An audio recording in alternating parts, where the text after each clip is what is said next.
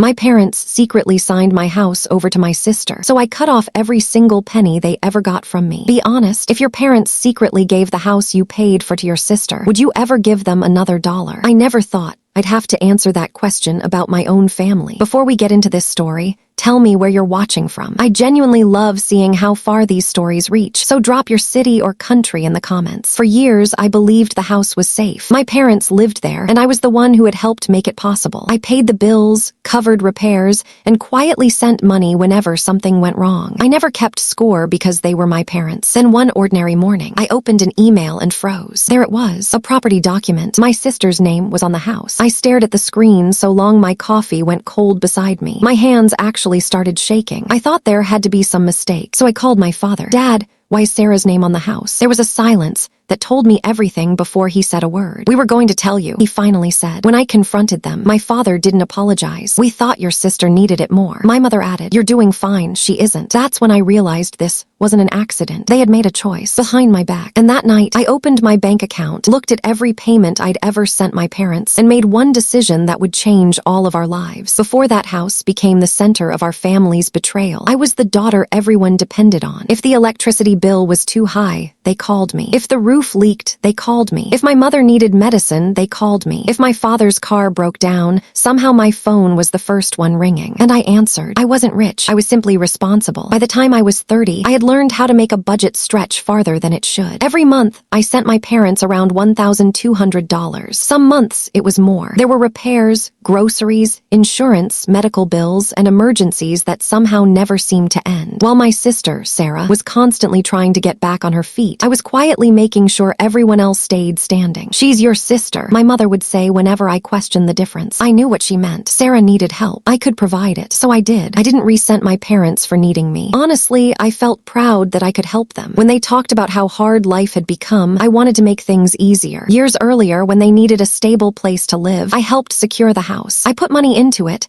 covered expenses, and paid for improvements that made it feel like a real family home. New flooring, plumbing repairs, a repaired roof. Even the ugly kitchen cabinets were replaced because my mother had complained about them for years. I remember standing in that kitchen one afternoon, smelling fresh paint, while my mother ran her fingers across the new countertop. You've always taken care of us, she said. I smiled. That's what family does. I believed those words. That's what makes what happened next hurt so much. I never imagined that the people I trusted most were quietly deciding what my sacrifice was worth. I thought helping my parents meant love. I thought being the responsible daughter meant security. And I never imagined I'd someday have to protect myself from my own family. I wasn't worried about losing money. I was worried about discovering that all those years of love had apparently come with a price, and I was the only one paying it. But everything changed when one document showed me exactly what my parents had decided to give away. The first thing I did was convince myself there had to be an explanation. Maybe the property records were wrong. Maybe someone had entered the wrong name. Maybe there was paperwork I'd never seen. But when I checked the official records again, my stomach dropped. Sarah was listed as the owner. The house I'd spent years paying for wasn't mine anymore. I called my father immediately. Dad,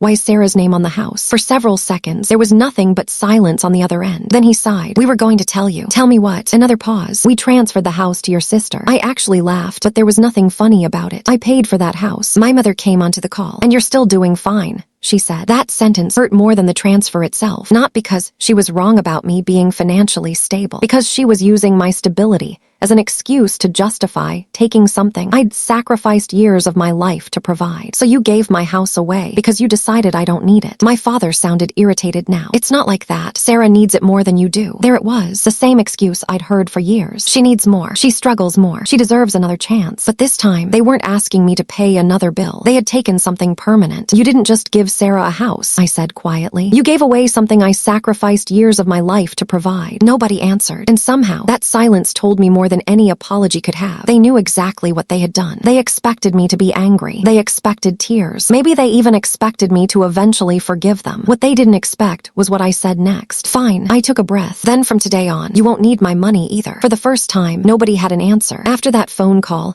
I didn't scream. I didn't throw anything. I went home, sat at my kitchen table, opened my laptop, and pulled up my bank statements. One by one, I looked at everything I'd been paying. The monthly allowance, the electricity bill, the insurance, the grocery transfers, the automatic payments, the emergency money I'd sent whenever my parents called saying something had gone wrong. Then I added it all together. My chest tightened. I had been supporting far more of their life than I'd ever admitted to myself. For years, I had told myself it was just helping. Now I could see the pattern. They had made my generosity part of their budget, and I had never agreed to that. I opened the first automatic payment and clicked cancel. Then another. Then another. My finger hovered over the final transfer. It was the monthly amount I sent my parents without even thinking about it anymore. I stared at the screen. For a moment, guilt hit me. What if something happened? What if they needed me? Then I remembered my father's words. Your sister needs it more. I clicked cancel. I wasn't doing this because I wanted my parents to suffer. I wasn't trying to punish Sarah either. I simply told myself the truth. If Sarah owned the house, then Sarah could become responsible for the family too. The next morning, my phone rang. It was my mother. Why didn't the payment come through? I looked at the notification on my screen. Because it's not my responsibility anymore. Her voice changed immediately. Are you serious? Yes. Then my father got on the phone. After everything we've done for you. I almost laughed. Not because it was funny. Because the irony was unbearable. No, Dad, I said. After everything I've done for you. The silence afterward was different. This time, nobody was pretending. For the first time in years, my parents were going to discover what life looked like without the daughter they had taken for granted. The first week was strangely quiet. My parents didn't believe I'd actually follow through. They probably thought I'd calm down, feel guilty, and send the money like I always had. I didn't. I went to work, paid my own bills, and slept better than I had in months. Then, on the 8th day, my mother called again. You really aren't sending anything. No. She sounded stunned. But the utilities. I told you, I'm not paying them anymore. She hung up. 2 days later, Sarah called. She wasn't angry at first. She sounded confused. Do you realize how much this house costs? I almost smiled. Yes, there's property tax, insurance, repairs, everything. I know, but Mom and Dad can't afford all of this. I took a breath. Neither could I, Sarah. I just kept paying anyway. There was silence. For the first time, my sister was seeing the part of the story nobody had told her. She hadn't simply received a house. She had received responsibility. By the second week, my parents started getting calls from relatives. My aunt called me first. They're struggling, she said. You need to help your parents. I looked at the stack of bills on my own kitchen counter and shook my head. Then, why isn't everyone helping them? She didn't have an answer. Another relative told me I was being selfish. I asked one simple question. If they had given the house to Sarah, why did everyone still expect me to finance it? Nobody answered that either. And that was when something changed inside me. For years, I had been afraid that saying no would make me a bad daughter. Now I was realizing that sometimes saying no is simply refusing to keep carrying a burden someone else deliberately placed on your shoulders. But the financial consequences were only beginning because my parents soon discovered something about the house transfer that they had never considered. Owning the house meant owning everything that came with it. And Sarah wasn't prepared for any of it. My parents had made one huge assumption. They thought I'd eventually come back. They believed the guilt would work. Maybe an aunt would pressure me. Maybe Sarah would call crying. Maybe my father would remind me that they were my parents. They were wrong. For the first time, I stopped explaining myself. I didn't argue about the house every day. I didn't send angry messages. I didn't threaten anyone. I simply stopped paying. And slowly, the reality became impossible to ignore. Sarah discovered that owning a house wasn't the same as receiving free money. The utility bills still arrived. The insurance still needed to be paid. Repairs didn't disappear because the deed had changed, and my parents still expected the lifestyle they'd grown accustomed to. 3 weeks after I stopped the payments, my father called. His voice was quieter than before. We made a mistake. I sat at my kitchen table, staring at the bank statement in front of me. No, Dad, I said. You made a choice. We didn't think you'd actually stop helping us. That sentence stayed with me, not because I felt guilty, because it finally exposed the truth. They hadn't expected forgiveness. They had expected access. My mother called that evening. You're our daughter, she said, crying. I closed my eyes. Then you should have treated me like one before you signed my sacrifice away. She went silent. I wasn't trying to hurt her. I was trying to make her understand that being someone's daughter doesn't mean becoming their permanent financial safety net. Meanwhile, Sarah was struggling with the responsibilities she'd inherited. She finally admitted something I hadn't expected. I didn't know you were paying for all of this. I believed her, and that changed how I felt about my sister. I wasn't interested in fighting her. She hadn't secretly transferred the house. Our parents had, so I told her, I'm not fighting you for the house. I'm fighting for the right to decide what I do with my own money. That was the moment everything became clear. My parents hadn't just lost my payments. They had lost their ability to control me through guilt. And for the first time, I think they understood what they had actually lost. The family meeting happened on a Saturday afternoon. My father chose the place, the same dining room where I'd spent years celebrating birthdays, holidays, and family victories. The table looked exactly the same, but everything felt different. Sarah sat across from me. My mother kept wiping her eyes. My father looked angry. I already knew why. He wanted me to feel like the problem. "You've taken this too far," he said. I looked at him. I didn't transfer the house. He leaned back. "Parents don't have to explain every decision they make." I nodded slowly. "Maybe not, but children don't have to finance decisions that destroy them." The room went completely silent. Sarah finally spoke. "I honestly didn't know." I turned toward her. "Know what?" "That you were paying for everything." Her voice cracked. "I thought Mom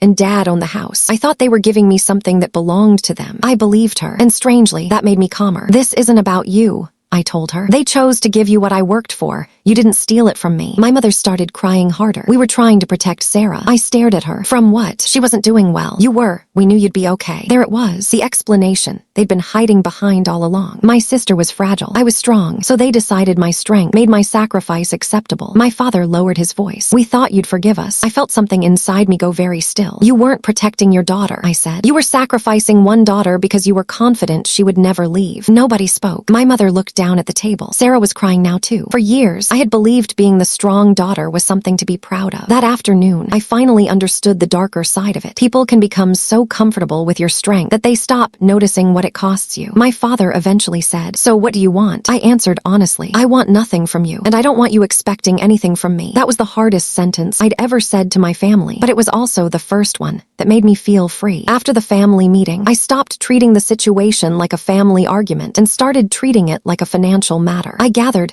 every document I could find. Bank statements, payment confirmations, receipts for repairs, insurance records, emails, even old messages where my parents had asked me to cover specific expenses. I put everything into folders and wrote down dates and amounts. Then I made an appointment with a property professional to understand exactly what had been transferred and what my contributions actually meant under the law. I wasn't looking for revenge. I wanted facts. The professional reviewed the paperwork carefully. "This depends on the documents, the signatures, and the laws where the property is located," they explained. "You need to separate what you feel happened from what you can actually prove." That sentence stayed with me, so I stopped arguing emotionally. I stopped telling relatives what I thought my parents deserved. I simply kept records. I learned something important. Paying expenses doesn't automatically make someone the legal owner. Property disputes can depend on deeds, registration, signatures, and evidence. That meant I couldn't assume the house would automatically come back to me, and I didn't want my future built around getting it back. I wanted control. When my father called again, I told him, "From now on, everything will be handled officially. I'm not making decisions based on guilt anymore." He became quiet. There was no argument,